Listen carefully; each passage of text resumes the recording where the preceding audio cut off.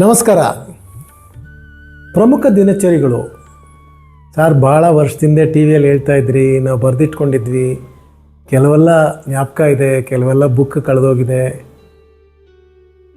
ಖಂಡಿತ ಈ ಪ್ರಮುಖ ದಿನಚರಿಗಳು ದಿನನಿತ್ಯ ಜೀವನದಲ್ಲಿ ನಾವು ಹಿಂಬಾಲಿಸಿದ್ರೆ ಡಾಕ್ಟ್ರ್ ಹತ್ರ ಹೋಗೋ ಕೆಲಸ ಇರೋದಿಲ್ಲ, ಬುದ್ಧಿಮಂದ ಆಗೋದಿಲ್ಲ, ಹಣಕಾಸಿನ ವಿಚಾರದಲ್ಲಿ ಹುಷಾರಾಗಿರ್ಬೋದು.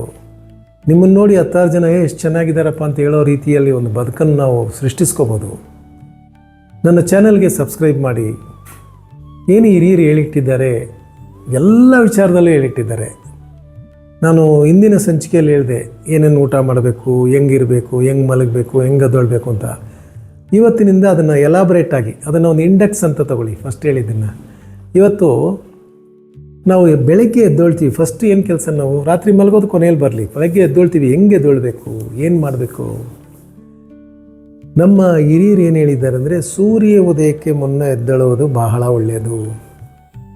ಯಾಕಪ್ಪ ಹಂಗೆ ಹೇಳಿದ್ದಾರೆ? ಸೂರ್ಯ ತನ್ನ ಕಿರಣಗಳನ್ನು, ಸೂರ್ಯ ಬೆಳಗ್ಗೆ ಹುಟ್ಟುತ್ತೆ, ಹುಟ್ಟಿ ಸ್ವಲ್ಪ ಹೊತ್ತಿಗೆ ಕಿರಣಗಳೆಲ್ಲ ಸೇರಿಕೊಳ್ಳುತ್ತೆ, ಸ್ವಲ್ಪ ಬಿಸಿ ಹೆಚ್ಚಾಗುತ್ತೆ.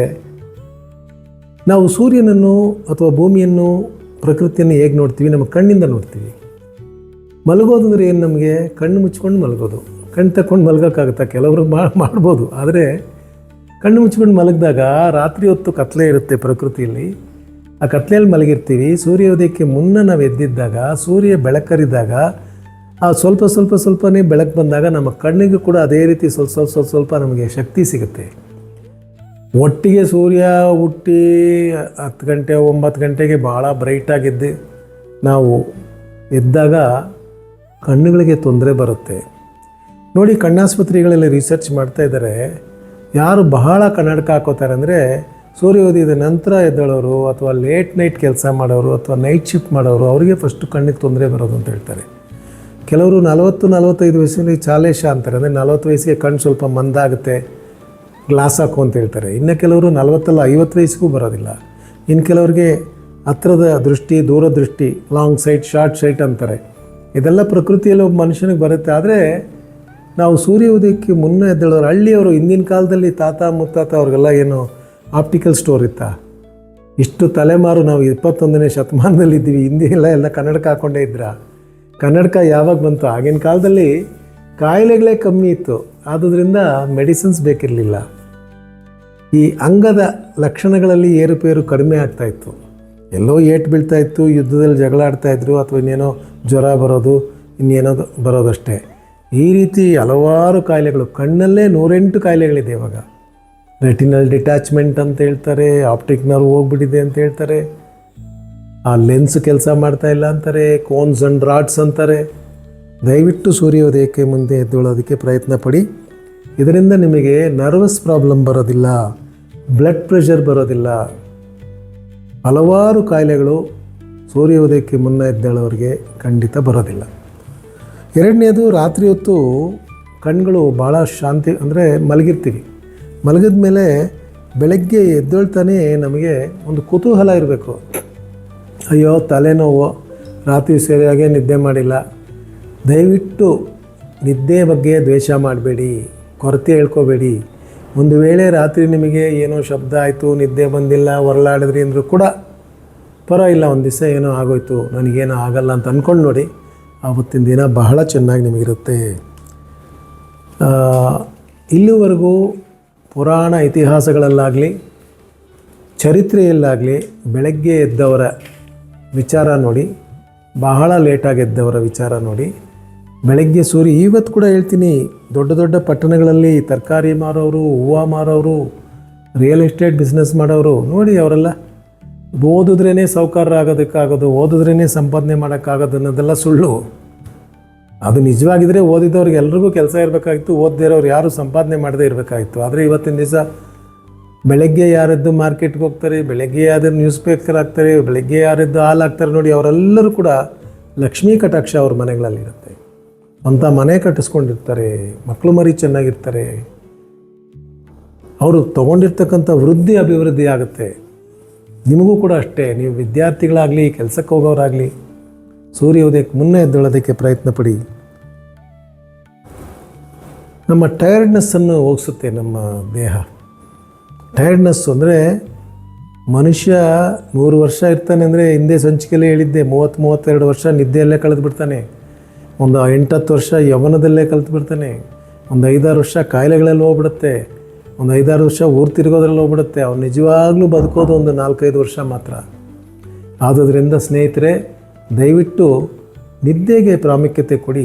6 ಅವರ್ಸು 8 ಅವರ್ಸ್ ನಿದ್ದೆ ಬೇಕೇ ಬೇಕು ಅಂತಾರೆ ವೈದ್ಯರು. ಆದರೆ ನೀವು ಮಲಗುವಂಥ ನಿದ್ದೆ ಒಂದು 5 ಅವರ್ಸ್ 6 ಅವರ್ಸ್ ಆದರೂ ಕೂಡ ಅದೊಂಥರ ನಿಶಬ್ದವಾಗಿ ಶಾಂತ ರೀತಿಯಾದಂಥ ನಿದ್ದೆ ಆದರೆ ಖಂಡಿತ ನಿಮಗೆ ಒಳ್ಳೆಯದಾಗೇ ಆಗುತ್ತೆ ಅಂತ ಹೇಳ್ತೀವಿ.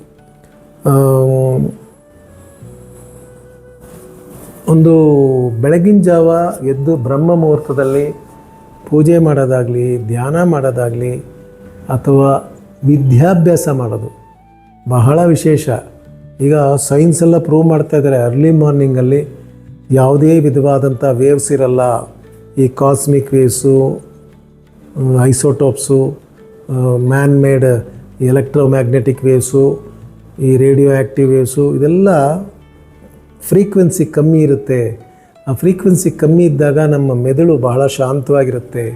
ಆ ಮೆದುಳು ಶಾಂತವಾಗಿದ್ದಾಗ ಏನೇ ಓದಿದ್ರೂ ಕೂಡ ಅದು ತಕ್ಷಣ ನಮ್ಗೆ ಜ್ಞಾಪಕಕ್ಕೆ ಬರುತ್ತೆ. ನೋಡಿ, ಒಂದೇ ಒಂದು ಸೂರ್ಯ ಉದಯಕ್ಕೆ ಮುನ್ನೆ ಎದ್ದೇಳೋದ್ರಿಂದ ದೈಹಿಕವಾಗಿ, ಮಾನಸಿಕ ರೀತಿಯಾಗಿ, ಬುದ್ಧಿವಂತಿಕೆಯಾಗಿ ಎಲ್ಲ ರೀತಿಯಲ್ಲೂ ನಿಮಗೆ ಅದು ಕೊಡುಗೆ ಕೊಡುತ್ತೆ. ಅಂದರೆ ಅದಕ್ಕೇನು ದುಡ್ಡ ಕಾಸ, ಬೆಳಗ್ಗೆ ಎದ್ರೆ ಟ್ಯಾಕ್ಸ್ ಕಟ್ಟಬೇಕು ಅಂತ ಏನಾದ್ರು ಗೌರ್ಮೆಂಟ್ ಹೇಳಿದ್ರೆ ಬೇಕಾದ್ರೆ ಎದ್ದೇಳಬೇಡಿಪ್ಪ, ಯಾರು ಏನೂ ಕೇಳಲ್ಲ. ಆದುದರಿಂದ ಬೆಳಗ್ಗೆ ಎದ್ದೇಳೋದು ಬಹಳ ವಿಶೇಷವಾದಂಥ ಫಲಗಳನ್ನು ನಿಮಗೆ ಕೊಡುತ್ತೆ. ಕೆಲವರು ವಾಕಿಂಗ್ ಅಭ್ಯಾಸಗಳನ್ನು ಇಟ್ಕೊಂಡಿರ್ತಾರೆ. ಅದು ಕೂಡ ಬೆಳಗ್ಗೆ ಹೋಗ್ಬೋದಾ ವಾಕಿಂಗ್ಗೆ, ಸಾಯಂಕಾಲ ಹೋಗ್ಬೋದಾ ಅಂತ ಕೇಳ್ತಾರೆ. ಬೆಳಗ್ಗೆ ಸೂರ್ಯ 6 ಗಂಟೆ ಮುಂಚೆ ನೀವು ವಾಕಿಂಗ್ ಹೋಗಿ 7-7:15 ಒಳಗೆ ಬಂದುಬಿಟ್ರೆ ಸೂರ್ಯನ ಕಿರಣಗಳು ಹಿಡ್ಕೊಂಡು ಬಿಸಿಲು ಬಂದಾಗ ವಾಕಿಂಗ್ ಮಾಡೋದು ಅಷ್ಟು ಒಳ್ಳೆಯದಲ್ಲ. ನೀವು ಬಿಸಿಲಿದ್ದಾಗ ವಾಕಿಂಗ್ ಮಾಡಬೇಕಂದ್ರೆ ಸಾಯಂಕಾಲ ಮಾತ್ರ ಮಾಡಬೇಕು. ಬೆಳಗ್ಗೆ ವಾಕಿಂಗ್ ಮಾಡಬೇಕು ಅಂದರೆ ಸೂರ್ಯ ಉದಯ ಆಗೋ ಸಮಯದಲ್ಲಿ, ಬೆಳಕು ಬರೋ ಸಮಯದಲ್ಲಿ ವಾಕಿಂಗ್ ಮಾಡೋದು, ವ್ಯಾಯಾಮ ಮಾಡೋದು ಉತ್ತಮವಾಗಿರುತ್ತೆ. ಎರಡನೇದು, ಎದ್ದ ತಕ್ಷಣ ಖಂಡಿತ ಒಂದು ಅರ್ಧ ಲೀಟ್ರ್ 3/4 ಲೀಟ್ರ್ ನೀರು ಕುಡೀರಿ. ಬೆಳಗ್ಗೆ ಎದ್ದು ಅಭ್ಯಾಸ ಮಾಡ್ಕೊಳ್ಳಿ. ವಾಟರ್ ಥೆರಪಿ ಅಂತ ಆಲ್ ಓವರ್ ದಿ ವರ್ಲ್ಡ್ ಬರ್ತಾ ಇದೆ. ನಮ್ಮ ಹಿರಿಯರು ಹಿಂದಿನ ಕಾಲದಲ್ಲಿ ಎದ್ದೋಗಿ ಬಂದು ಹಲ್ಲುಜ್ಜಿಕೊಂಡಿದ್ದ ತಕ್ಷಣ ಅಲ್ಲಿ ಮಡಿಕೆ ಇರ್ತಾಯಿತ್ತು, ಅದರಲ್ಲಿ ಒಂದು 2 ಚೊಂಬು ನೀರು, 1 ಚೊಂಬು 2 ಚೊಂಬು ನೀರು ಕುಡಿತಾಯಿದ್ರು. ಮಲಬದ್ಧತೆ ಹೋಗುತ್ತೆ, ಆರೋಗ್ಯ ಚೆನ್ನಾಗಿರುತ್ತೆ, ಮೈ ದಪ್ಪ ಇರೋರು ಸಣ್ಣ ಆಗ್ತಾರೆ. ಸಾಕಷ್ಟು ಒಂದು ಬೆಳಗ್ಗೆ ಎದ್ದೇಳೋದ್ರಲ್ಲಿ ಇಷ್ಟು ವಿಶೇಷ ಇದೆ ಅಂದರೆ ನಮ್ಮ ಹಿರಿಯರು ಎಷ್ಟು ವಿಚಾರಗಳನ್ನು ಯೋಚನೆ ಮಾಡಿ ಅದನ್ನೆಲ್ಲ ಅನುಭವಿಸಿ ನಮಗೆ ಕೊಟ್ಟಿರ್ಬೋದು. ದಯವಿಟ್ಟು ಮತ್ತೆ ಹೇಳ್ತೀನಿ, ಏನೋ ನೈಟ್ ಶಿಫ್ಟ್ ಮಾಡೋರು, ಗರ್ಭಿಣಿಯರು, ವಯಸ್ಸಾದವರು, ಮಕ್ಕಳು, ಅವ್ರಿಗೆ ಬಿಟ್ಬಿಡಿ ಮೀಸಲಾತಿ, ಅವ್ರಿಗೆ ಕೊಟ್ಬಿಡೋಣ ರಿಸರ್ವೇಷನ್.